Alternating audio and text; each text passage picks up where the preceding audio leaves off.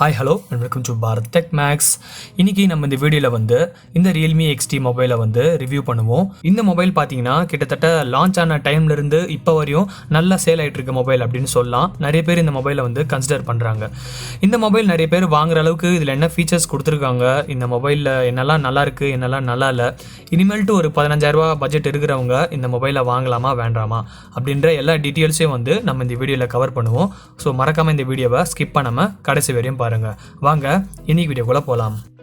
அதுக்கு முன்னாடி உங்களுக்கு இந்த வீடியோ பிடிச்சிருந்தா மறக்காம சப்ஸ்கிரைப் பண்ணிக்கோங்க, கூடவே இருக்கிற பெல் பட்டனையும் கிளிக் பண்ணிக்கோங்க. அப்பதான் நான் உங்களுக்கு போற வீடியோஸோட அப்டேட்ஸ் உடனே கிடைச்சிரும்.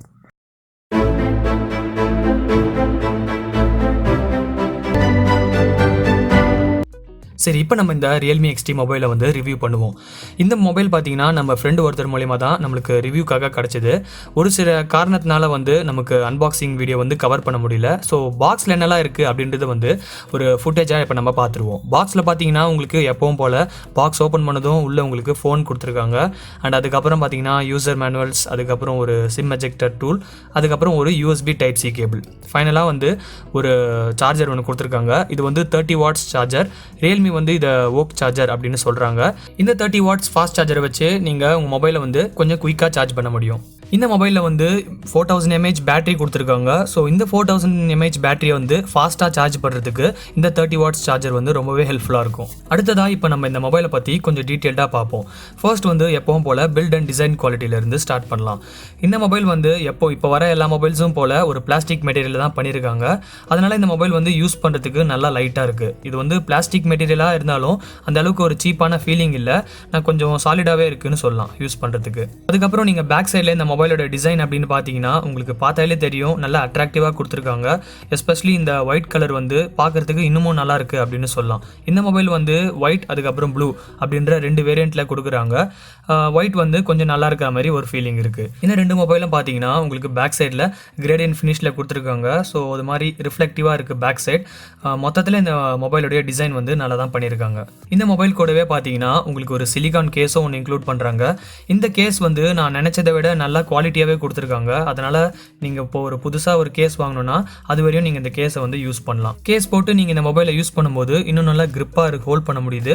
So overall design and build quality அப்படின்னு சொல்லணும்னா இவ்வளவுதான். டிசைன் அண்ட் பில்டுக்கு அப்புறம் மற்ற பிளேஸ்மெண்ட்ஸ் அப்படின்னு பார்த்தீங்கன்னா உங்களுக்கு ரைட் சைடில் பவர் பட்டன் கொடுத்துருக்காங்க, லெஃப்ட் சைடில் volume up and down keys கொடுத்துருக்காங்க, speaker, Type-C port, headphone jack எல்லாமே பாட்டமில் தான் கொடுத்துருக்காங்க. அடுத்ததாக இப்போ நம்ம இந்த மொபைலுடைய மெயின் செல்லிங் பாயிண்டான கேமராஸ் பற்றி பார்ப்போம். இந்த கேமரா பற்றி தான் இவங்க ரொம்ப ஸ்ட்ரெஸ் பண்ணி சொல்கிறாங்க.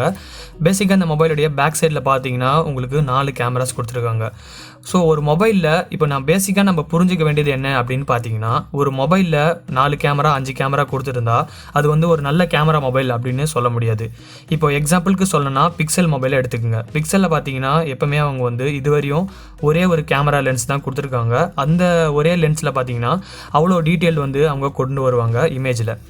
ஸோ அதனால் நான் இந்த மொபைலை பிக்சலோட கம்பேர் பண்ணல. இருந்தாலும் பேசிக்காக நம்ம புரிஞ்சிக்க வேண்டியது என்ன அப்படின்னா, 4 கேமரா 5 கேமரா இருந்தால் நல்ல கேமரா மொபைல் அப்படின்னு சொல்லிட முடியாது. இந்த மொபைலுடைய பேக் சைடில் 4 கேமரா கொடுத்துருக்காங்க. மெயின் கேமரா பார்த்தீங்கன்னா 64 மெகா பிக்சல், ரெண்டாவதாக இருக்கிற லென்ஸ் பார்த்தீங்கன்னா 8 மெகா பிக்சல் வைடர் ஆங்கிள், மூணாவதாக இருக்கிற கேமரா மேக்ரோ ஷாட்ஸ், அதாவது க்ளோஸராக எடுக்கிற அந்த மேக்ரோ ஷாட்ஸில் எடுக்கிறதுக்கு ஹெல்ப்ஃபுல்லாக இருக்கும். ஃபைனலாக இருக்கிற கேமரா பார்த்தீங்கன்னா டெப்த் சென்சர். ஸோ மொத்தமாக இந்த ஃபோனில் 4 கேமராஸ் கொடுத்துருக்காங்க. ஸோ ஓவரால் இந்த மொபைலுடைய கேமராஸ் யூஸ் பண்ணி எடுத்த இமேஜஸில் நல்லா தான் பெர்ஃபார்ம் பண்ணுது. இந்த ப்ரைஸ் ரேஞ்சுக்கு இந்த மொபைலோடைய கேமரா குவாலிட்டி நல்லாவே இருக்குது அப்படின்னு சொல்லலாம். முக்கியமாக சொல்லணும்னா அந்த வைடர் ஆங்கிள் ஷாட்ஸ்லாம் ரொம்பவே நல்லா இருந்தது. இப்போ நீங்கள் வீடியோவில் பார்த்தாலே உங்களுக்கு தெரியும், நார்மல் இமேஜுக்கும் வைடர் ஆங்கிள் இமேஜுக்கும் எந்த அளவுக்கு டிஃப்ரென்ஸ் இருக்குது அப்படின்னு நீங்கள் பார்த்துருப்பீங்க. பேக் சைட் கேமராக்கு அடுத்து செல்ஃபி கேமரா அப்படின்னு பார்க்க போனால் உங்களுக்கு இதில் 16 மெகா பிக்சல் செல்ஃபி கேமரா கொடுத்துருக்காங்க. இந்த செல்ஃபி கேமராவும் நல்லா தான் பெர்ஃபார்ம் பண்ணுது, எந்த ஒரு குறையும் சொல்ல முடியாது. ஸோ குறை அப்படின்னு சொல்லணும்னா, இந்த மொபைலில் செல்ஃபி கேமராவில் அந்த பியூட்டிஃபை மோடை ஆஃப் பண்ணிட்டு எடுத்தால் கூட உங்களுக்கு கொஞ்சம் ஒயிட்டாக காட்டுற மாதிரி ஒரு ஃபீலிங் இருக்குது. இது இப்போ வர மொபைல்ஸில் எல்லாமே காமன் தான். இந்த செல்ஃபி கேமரா கீழே பார்த்தீங்கன்னா உங்களுக்கு 6.4 இன்ச் AMOLED டிஸ்பிளே கொடுத்துருக்காங்க. இந்த டிஸ்பிளேயோட குவாலிட்டி நல்லா தான் கொடுத்துருக்காங்க. ஒரு நார்மல் டிஸ்பிளே இருக்கிற ஃபோனும் இந்த ஃபோனும் கம்பேர் பண்ணும்போது அந்த டிஃப்ரென்சஸ்லாம் உங்களால் நோட்டீஸ் பண்ண முடியுது. மொத்தத்தில் சொல்லணும்னா இந்த டிஸ்பிளேயோட குவாலிட்டி வந்து நல்லா தான் கொடுத்துருக்காங்க இந்த ப்ரைஸ் ரேஞ்சுக்கு. இந்த டிஸ்பிளே வந்து ஒரு AMOLED டிஸ்பிளே அப்படின்றதுனால வந்து உங்களுக்கு ஃபிங்கர் பிரிண்ட் சென்சார் வந்து டிஸ்பிளேக்குள்ளேயே கொடுத்துட்டாங்க. ஸோ இது வந்து ஒரு in display finger print sensor. இந்த ஃபிங்கர் பிரிண்ட் சென்சாரை வந்து டெஸ்ட் பண்ண வரையும் நல்லா ஃபாஸ்ட்டாக அன்லாக் பண்ணிச்சு. இதை தவிர்த்து உங்களுக்கு ஃபேஸ் அன்லாக்கும் கொடுத்துருக்காங்க. ஃபேஸ் அன்லாக்கும் வந்து குறை சொல்கிற மாதிரி இல்லை, ஃபாஸ்ட்டாகவே அன்லாக் பண்ணுது. இப்போ நம்ம எல்லாமே கவர் பண்ணியாச்சு. இந்த மொபைலோடைய ஹார்ட்வேர் ஸ்பெசிஃபிகேஷன்ஸ் அப்படின்னு பார்த்தீங்கன்னா உங்களுக்கு Snapdragon 712 ப்ராசஸர் கொடுத்துருக்காங்க. ஸோ கேமிங்க்கு வந்து இது ஒரு நல்ல கேப்பபிளான ப்ராசஸர் தான். சாஃப்ட்வேர் அப்படின்னு பார்க்கும்போது இந்த மொபைல் வந்து உங்களுக்கு Android 9 Pieல ரன் ஆகுது. அந்த Android 9 Pieக்கு மேலே ColorOS 6 வந்து யூஸ் பண்ணியிருக்காங்க. இந்த ColorOS 6 வந்து கொஞ்சம் MIUIயும் Android 1 சாஃப்ட்வேரும் வந்து மிக்ஸ் பண்ண மாதிரி கொடுத்துருக்காங்க. மொத்தத்தில் யூஸ் பண்ணுறதுக்கு நல்லா கன்வீனியண்ட்டாக தான் இருக்குது. பேட்டரி லைஃப் அப்படின்னு பார்த்தீங்கன்னா உங்களுக்கு சிங்கிள் சார்ஜில் வந்து 1 டே கண்டிப்பாகவே உங்களுக்கு சார்ஜ் நிற்கும்.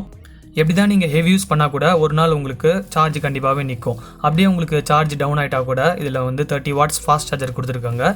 இதை யூஸ் பண்ணி நீங்கள் உங்கள் பேட்டரியை ஃபாஸ்ட்டாகவே சார்ஜ் பண்ணலாம். இப்போ வந்து ஃபைனலாக இந்த மொபைலுடைய ப்ரைஸ். இந்த மொபைலுடைய விலை அப்படின்னு பார்த்தீங்கன்னா உங்களுக்கு 4GB 64GB வேரியண்ட் வந்து 16,000க்கு சேல் பண்ணுறாங்க. அதாவது 4GB RAM 64GB ஸ்டோரேஜ். இது வந்து உங்களுக்கு 16,000 இருக்குது. இதுதான் இந்த மொபைலுடைய starting price. 8GB RAM 128GB storage வந்து 19,000க்கு சேல் பண்ணுறாங்க. 6GB RAM 64GB ஸ்டோரேஜ் வந்து 17,000க்கு இவங்க சேல் பண்ணுறாங்க. என்ன கேட்டிங்கன்னா 16,000க்கு இருக்கிற இந்த மொபைலை வாங்குறதே ஒரு நல்ல ஆப்ஷனாக இருக்கும். ஏன்னா இதில் நீங்கள் 2 சிம் ப்ளஸ் ஒரு மெமரி கார்டும் வந்து இந்த மொபைலில் நீங்கள் யூஸ் பண்ணலாம்.